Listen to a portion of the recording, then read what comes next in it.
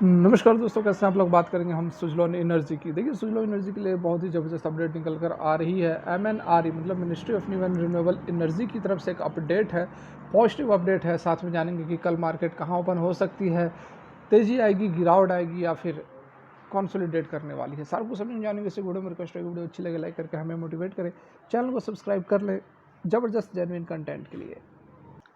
तो यहाँ पर ऑलरेडी हमने डिस्कस किया था कि क्या कुछ माहौल बन सकता है, लेकिन एक चीज़ जो यहाँ पर समझने वाली है कि ये इस लेवल को नीचे की ओर तोड़ना नहीं चाहिए। लगभग यहाँ पर 26.5 रुपये, ठीक है।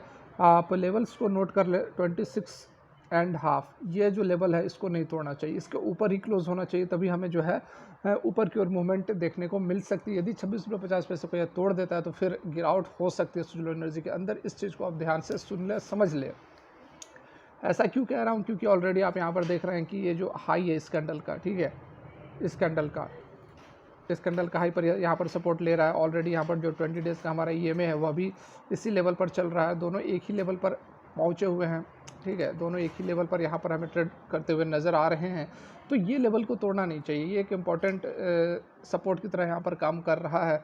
और एक बार ये वापस इसने एक तेज़ी बनाई थी, तेज़ी बनाने के बाद फिर से करेक्शन हुई और करेक्शन होने के बाद फिर से ये इस रेंज के अंदर ही मूव करता हुआ नज़र आ रहा है। इससे पहले भी देखिए इसने इस लेवल को तोड़ नहीं पाया था, फिर से कंसोलिडेट करते हुए ऊपर की ओर इसने मूव किया था। इससे पहले भी इसने यहाँ पर कोशिश की थी इसको तोड़ने की, तोड़ नहीं पाया था, फिर से अगेन नीचे प्राइस मूव कर गया था।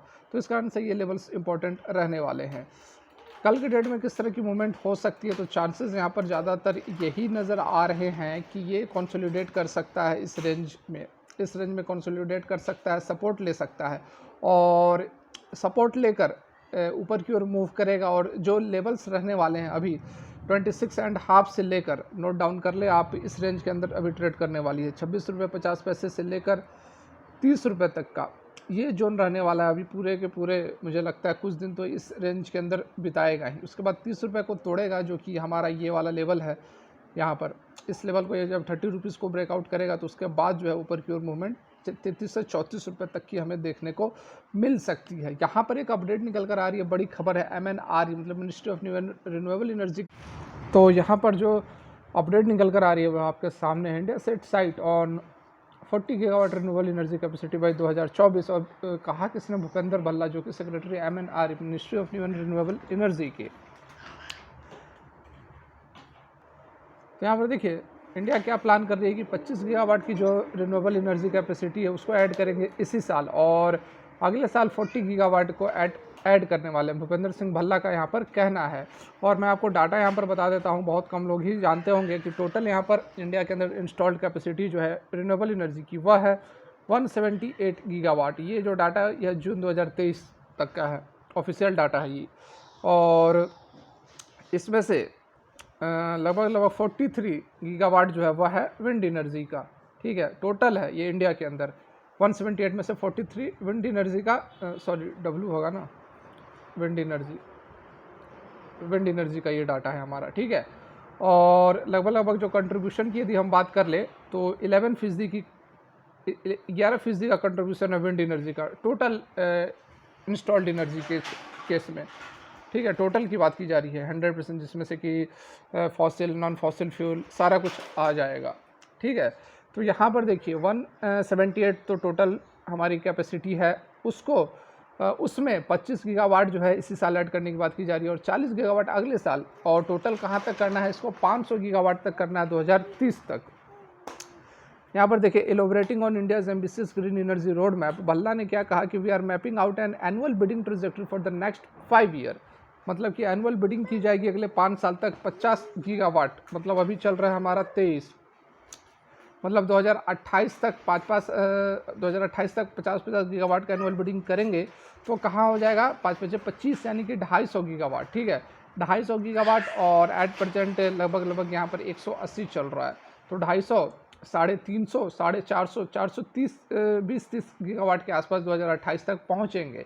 और टारगेट है 2030 तक 500 गीगावाट का, तो उसको यहाँ पर अचीव कर पाना बहुत ही आसान नज़र आ रहा है। He further highlighted that at least 10 gigawatt to be source from the wind energy, ठीक है। और विंड एनर्जी जो 50 गीगावाट का 5 साल तक जो टेंडर निकलने वाला है, उसमें से 10 गीगावाट का जो टेंडर निकलेगा वो कहाँ से निकलेगा, तो विंड सेक्टर से निकलेगा, ठीक है। तो विंड सेक्टर को भी बहुत बड़ा यहाँ पर फ़ायदा होने वाला है आने वाले समय में, जो प्लान यहाँ पर बनाए जा रहे हैं, बिल्कुल आप देख सकते हैं, ठीक है। फर्दर बातें जो हैं, बहुत सारी बातें बताई गई हैं, लेकिन जो मुख्य बातें वो मैंने यहाँ पर आपको समझाई है।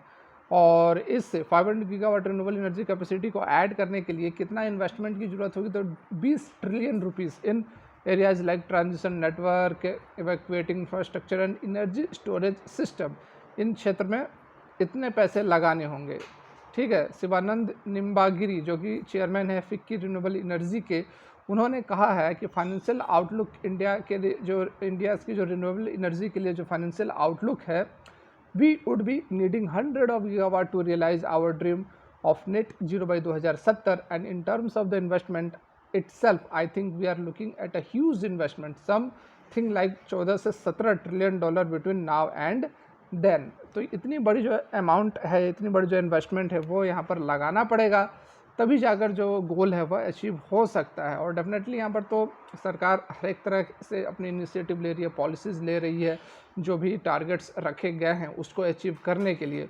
तो बहुत ही यहाँ पर पॉसिबिलिटी है कि जो विंड एनर्जी तो भागेगी, जो टारगेट रखा गया है 2030 से पहले ही टारगेट अचीव हो सकती है। और विंड एनर्जी तो ऑलरेडी यहाँ पर बहुत ज़बरदस्त परफॉर्म कर रही है, और ये टारगेट्स को अचीव होने में, टारगेट्स को अचीव करने में सुजलॉन एनर्जी कहीं पीछे नहीं रहने वाली है, क्योंकि 33% का मार्केट शेयर रखता है। तो सबसे ज़्यादा अगर कोई कंट्रीब्यूट करेगा तो सुजलॉन एनर्जी ही करने वाला है, इस महत्वाकांक्षी योजनाओं जो भी बनाई जा रही हैं उसको लेकर। तो बहुत ही ज़बरदस्त अभी आने वाले समय में विंड एनर्जी के लिए समय चलने वाला है। तो डेफिनेटली ज़रूर बने रहें, इस तरह के जो स्टॉक्स हैं आने वाले समय में मल्टी बैगर बन सकते हैं। तो फिलहाल के लिए वीडियो यहीं तक, अच्छी लगी और लाइक करें। Thanks for watching, have a good day.